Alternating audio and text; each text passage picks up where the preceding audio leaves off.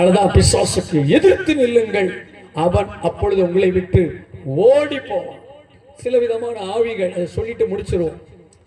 பொல்லாப்பு உண்டாக்குற ஆவி அபிமெலேக்கு, அவனுக்கும் அதாவது சீகோன் அவங்களுக்கும் தேவனே ஒரு பிரிவினையை உண்டாக்குகிறார். சில நேரங்களில் நல்லா இருப்பாங்க, அவங்களுக்குள்ளே ஒரு பிரிவினையின் ஆவியை கர்த்தர் சம்பாதிச்சிருவார். ஏன்னா ஒருத்தருக்கு ஒருத்தர் விக்கிரகமா மாறிடுவாங்க, கர்த்தரை விட்டுருவாங்க.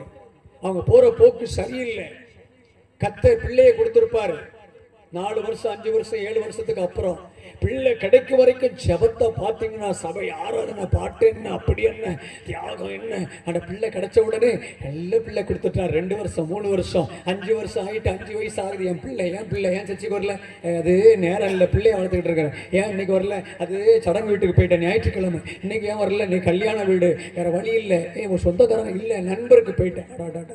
ஆண்டவரை விட, தேவ சமூகத்தை விட உனக்கு சடங்கு வீடு அல்லது சரி கர்த்தருடைய சமூகத்துல வந்து ஆராய்ச்சிட்டு போனா பரவாயில்ல. அல்லேலூயா சொல்லுங்க, அல்லேலூயா. ஆமா, பிள்ளைகள் ஒரு ஆராதனை விடக்கூடாது. சபை ஆராதனைகளை ஞாயிற்றுக்கிழமை சிலர் ஆராதனையை விட்டு விடுகிறது போல நீங்கள் விட்டு, அது ஒரு ஆவி, பொல்லாப்பு உண்டாக்கும் ஆவி. குடும்பத்துல ஒரு சின்ன பிரச்சனை வரும், சபைக்கு வர மாட்டாங்க, பைபிள் வாசிக்க மாட்டாங்க. அது ஒரு பொல்லாத ஆவி, பிரிவினையை உண்டாக்கும் ஆவி. அதுக்கு நம்ம கவனமா இருக்கணும். கர்த்தர் பெரியவர்.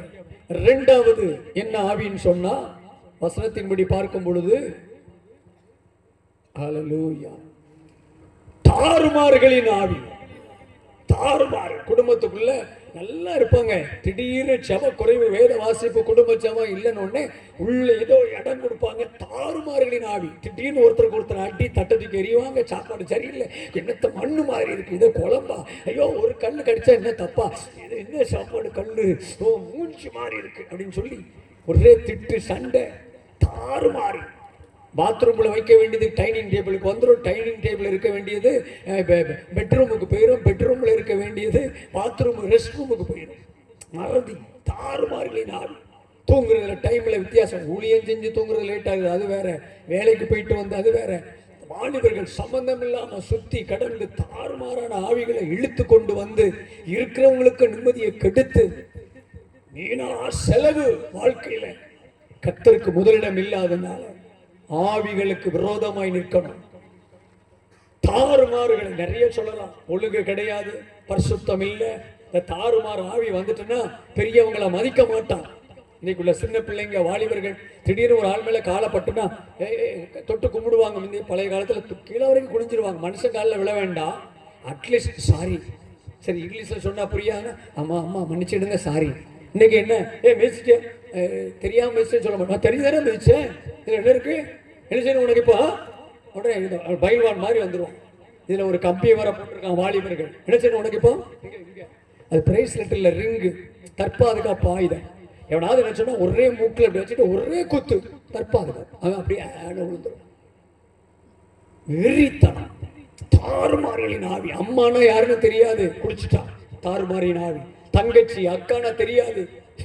எத்தனை குடும்பத்துல உள்ளவங்க சர்ச்சில் வந்து சொல்லி, என் மகன் ஐயா, நான் பெத்த மகன், இது என் மகா, அவனுக்கு தங்கச்சி, அவனுக்கு குடிச்சிட்டு வந்துட்டா, அம்மானு தெரியல, தங்கச்சின்னு தெரியல, நாங்க பக்கத்து வீட்டுல போய் ஒளிஞ்சு நைட்டு ஃபுல்லா இருந்துட்டு காலையில வந்த தங்க பிள்ளையா இருக்கேன், ஏம்மா எனக்கு காப்பி போட்டு தாங்க, சாப்பாடு தாங்க, நல்ல பையன் கெடுத்துட்டான் ஐயா. கெட்ட நண்பர்கள் கூட்டு போய் மதுபானம் கொடுத்து கொடுத்து கொடுத்து இன்னைக்கு அவனால குடிக்காம இருக்க முடியல. சரி, வீட்டுக்கு வந்து அமைதியா படுக்கலான்னா அவனுக்கு தாயும் தங்கச்சியும் வேறு விதமா பார்க்கிறான், வேறு விதமான மோகம். அம்மான்னு தெரியல, எனக்கு பயமா இருக்குது அப்படின்னு சொல்லி உண்மையா மனம் திறந்து சொன்னது. அதுக்காக ஜெபம் பண்ணோம்.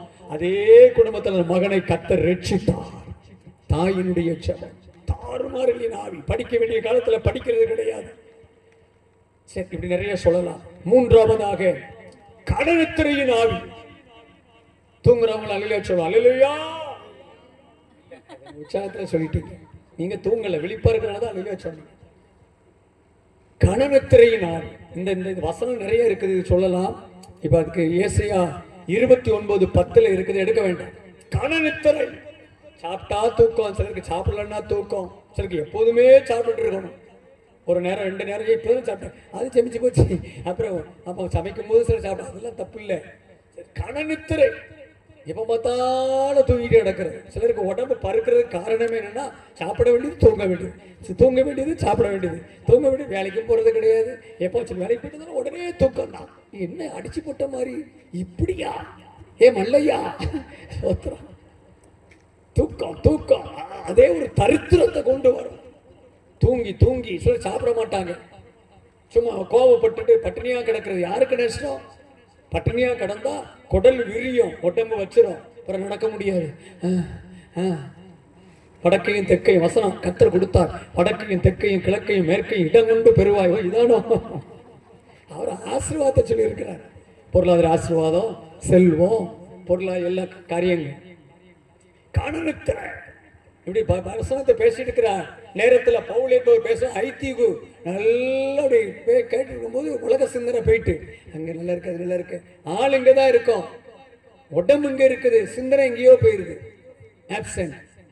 குழம்பு போய் வைக்கணும், இவ்வளோ நேரம் ஆகிட்டேன், 8:40 ஆகிட்டேன், 45 ஆகிட்டேன், நம்ம எப்போ போய் சாப்பாடு மீன் குழம்பு என்ன ஆச்சோ தெரியலையே. சோத்திரம்.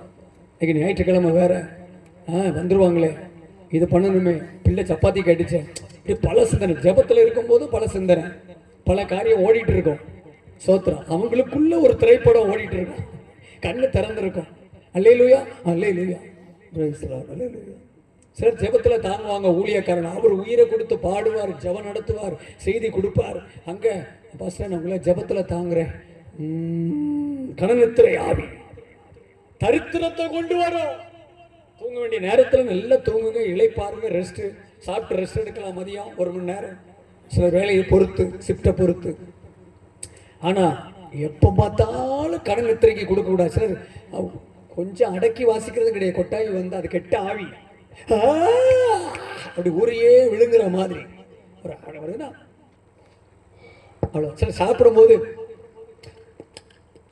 இங்கேயே ஸ்ப்ரிங் மாதிரி நூல் மாதிரி ஏத்தால உள்ளால் சாப்பிடவே முடியாது. சப்பு சப்பு சப்புன்னு அவ்வளோது வாயை பெருசாக காட்டி, எதுக்கு அழகாக வாய். இன்னிலிருந்து சிலர் பொருத்தனை பண்ணுங்க, பொருத்தனை வேண்டாம், ஒரு இன்னைக்கு போய் டெஸ்ட் பண்ணுங்க. இட்லி சாப்பிடுங்க, சோறை சாப்பிடுங்க, எடுத்து வச்சுட்டு இந்த உதடை மட்டும் மூடிக்கிட்டு சாப்பிட்டு முடியுமா? முடியும். நானும் இன்னைக்கு வரைக்கும் அப்படிதான் சாப்பிட்றேன். அப்படியே வாயில் வச்சுட்டு ஏத்தல உள்ள ஆளுகளுக்கு ஒரு எரிச்சல் வரக்கூடாது, ஒரு அனீஸ், அதாவது ஒரு மாதிரி இருக்கக்கூடாது. நம்மளை பார்த்த உடனே இது அப்படி நல்லா இருக்கல, அவ்வளோத்தையும் மூஞ்சில தூக்கிடுறேன், ஸ்ப்ரே, செண்டே தேவையில்லை. அப்புறம் அவன் இல்லை ஒரு மனுஷனா அப்படின்னு ஆயிடக்கூடாது. வீட்டில் இன்னைக்குலேருந்து சாப்பிட்டு பாருங்களேன், உதட மட்டும் அப்படி மூடிக்கிட்டு அடுத்தால தம்பி காப்பி, தம்பி தண்ணி வேணுமா, இது வாயில வச்சுக்கிட்டே பேசுறது, அது அப்படியா தாறுமாறின் ஆவி, கடனத்திரையின் ஆவி. சோத்திரம். நித்திரை அது இன்பமா இருக்கும் பிரியமானவர்களுக்கு. ஆனா கடனத்திரை எப்ப பார்த்தாலும் வறுமையை கொண்டு வரும். சோத்திரம். தரித்திரம் முடிச்ச வீடு ஆயிடும். தூக்கம் தூக்கம் தூக்கம் தூக்கம், ஜெபத்துல தூக்கம், வேத வாசிப்புல எல்லாருக்கும் நல்ல கதை அடிக்கணும், நல்லா அடிப்பாங்க. இந்த ஆவிகளை பற்றி சொன்ன ஆவியை விரட்டுறதுக்கு தான் இதெல்லாம் சொல்றோம். ஆனா பைபிள் எடுத்து 2 அதிகாரம் வாசியேன். கர்த்தர் என் மேய்ப்பராக இருக்கிறார், நான் தாழ்ச்சி அடையேன், அவர் என்னை புல்லுள்ள இடங்களில் மேய்த்து தூங்கிடுவோம். என்ன பைபிள் வாசிக்க ஆழகான், ஜெபத்துல தூக்கம், நல்ல மற்ற கதை, ஊர்க்கதை, கிழவிகளின் பேச்சுக்கு ரொம்ப கட்டுக்கதைகளுக்குலாம் அப்படியாக்கா அந்த வீட்டு பக்கத்து வீட்டுக்காக அப்படியா, அவர் அப்படியா இப்படியா, இங்கேயே பாதி மோசம் இந்த வீட்டில் இருக்கும், இது வெளியே வராது. அடுத்த ஆள் வீட்டுக்காரியன்னா அப்படியா, அந்த பிள்ளையக்கார் அப்படியா, அவர் விழுந்துட்டார் அப்படியா நினைச்சேன். அந்த சுவிசேஷன் அவர் பண்ற பாட்டில் நினைச்சேன், அந்த பாட்டிலேயே அவர் அப்படி நினைச்சு குறை சொல்லக்கூடாது. சோத்திரம். இந்த ஆவிகளுக்கு எதிர்த்து நிற்கணும். அல்லேலூயா சொல்ல, அல்லேலூயா. சரி, இப்படி நிறைய இருக்குது. சிம்சோன் அவரும் ஒரு நேரத்தில்